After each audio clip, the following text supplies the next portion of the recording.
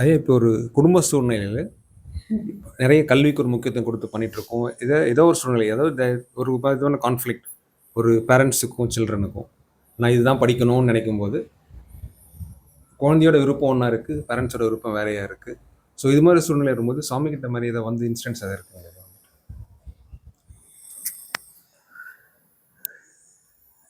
சுவாமி ஒரு dentist டாக்டருடைய Sun வந்தாப்புல. அவனுக்கு வந்து டென்டிஸ்ட் படிக்கணும்னு, டென்டல் படிக்கணும்னு அவனுக்கு ஆசையே கிடையாது. அவங்க அப்பா வந்து டென்டிஸ்ட்டு. அவங்க அப்பாவுக்கு ஆசை உண்டு. இந்த பஞ்சாயத்துக்கு வந்தாங்க, எல்லோரும் வந்தாங்க.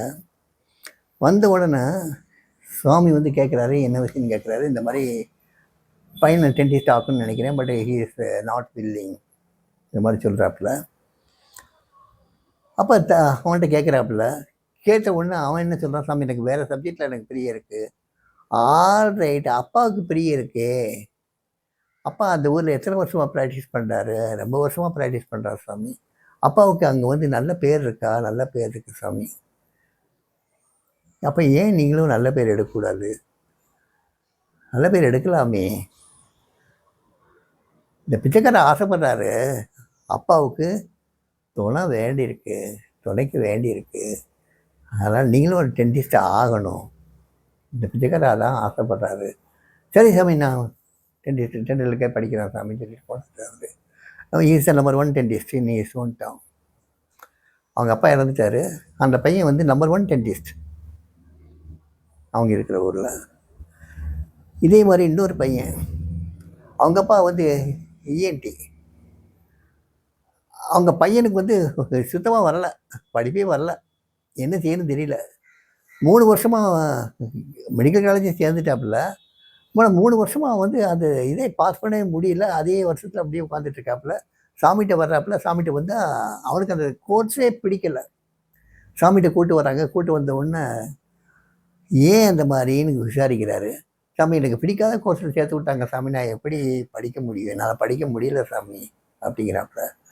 All right, you just remember my father and everything will be all right அப்படிங்கிறாரு. அவன் அந்த பையனுக்கு என்ன புரியும்? ரிமெம்பர் மை ஃபாதர்னா என்ன தெரியும் அவனுக்கு? அப்புறம் மெதுவாக அங்கே இருக்கவங்க எல்லாத்தையும் பாட சொல்கிறாரு. அவனையும் சேர்ந்து பாட சொல்கிறாரு. பாடுறாங்க. இந்த பேர் அவனுக்கு மனசில் பதிஞ்சிடுது. பதிஞ்சதுக்கப்புறம் படிக்கிறான்.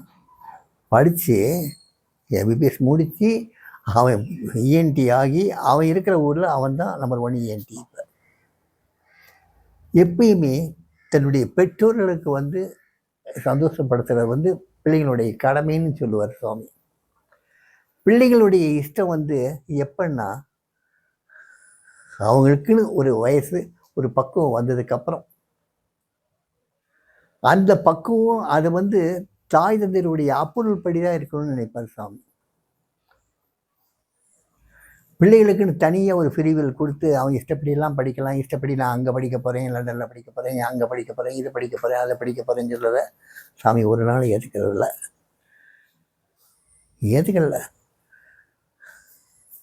சில பிள்ளைங்களை வந்து அப்பா அம்மா சொல்கிறது வந்து நீங்கள் கேட்கலன்னா, all right, my father will force you, compel you to study in the course in which your parents allowed you சொன்னார் சாமி.